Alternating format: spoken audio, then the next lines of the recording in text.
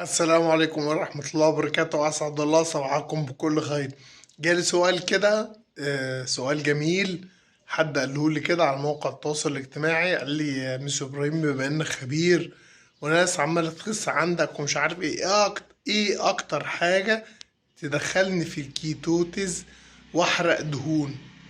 قول لي السؤال تاني. جالي سؤال من شخص محترم بيقول لي ايه اكتر حاجة تدخلني في الكيتوتيز واحرق دهون وابقى كويس جدا واخس. طيب اول حاجة الاجابة بقى، انت اصلا وانت صايم، اي حد في الدنيا هو صايم انت دخلت في مرحلة الكيتوتيز. يعني ايه؟ الجسم حرق الدهون والكبد بيطلع كيتونات بت ايه بت بت بيشيل الدهون شوية. طب انت عايز تسرعها، ايه هو؟ في عندك اختيارات كتير. اول حاجة زيت جوز الهند، الام سي اويل. الام سي اويل لو انت حتى بتاكل حاجات مش كيتو هو بيطلع الكيتونات.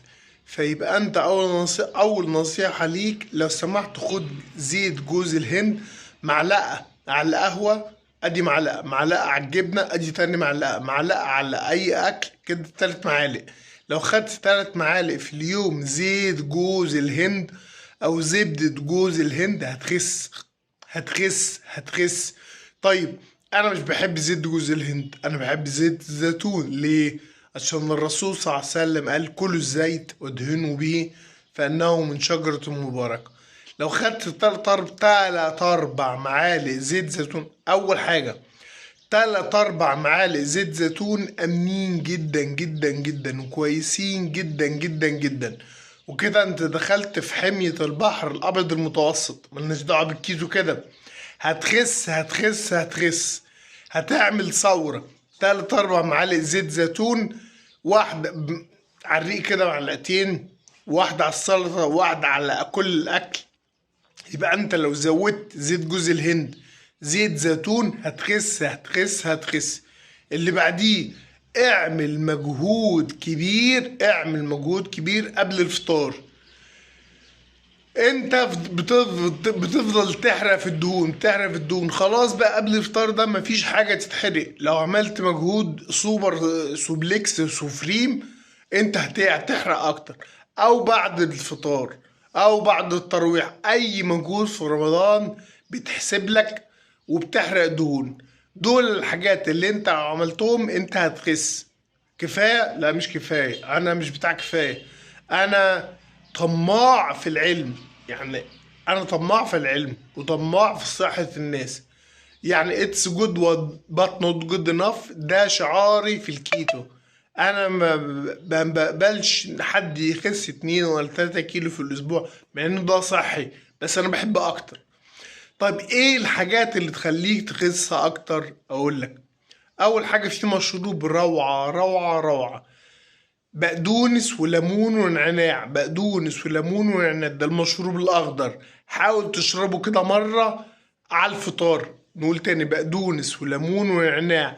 خلاص مش مغلي، لان البقدونس فيه فيتامين سي. والليمون لو تعرض للغليان بيبوظ. حتة كده من الكيمياء بتاع ثانوي.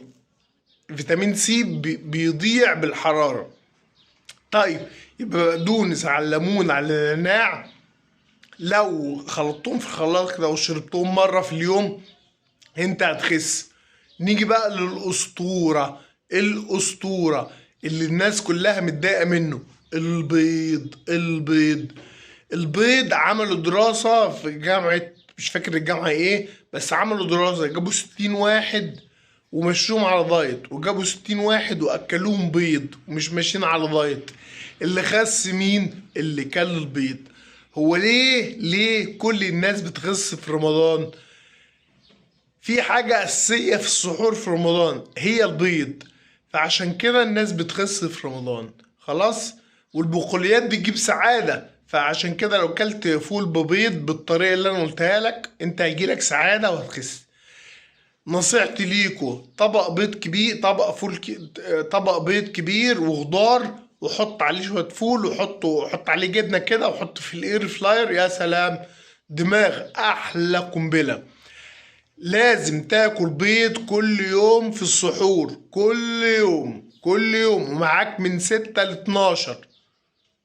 لو انت مشيت رجيم البيض بس، يعني خليك في 3 و4. جميل. وجبنة وزيت زيتون وهتخس والله. وحاول تمشي، حاول تمشي، وحاول انت بتصلي الفجر اعمل التمرين ده، هتخس هتخس. وكل دقيقة كل يوم استنى فيديو كده، واستنى طريقة جديدة تخس بيها. يلا، السلام عليكم.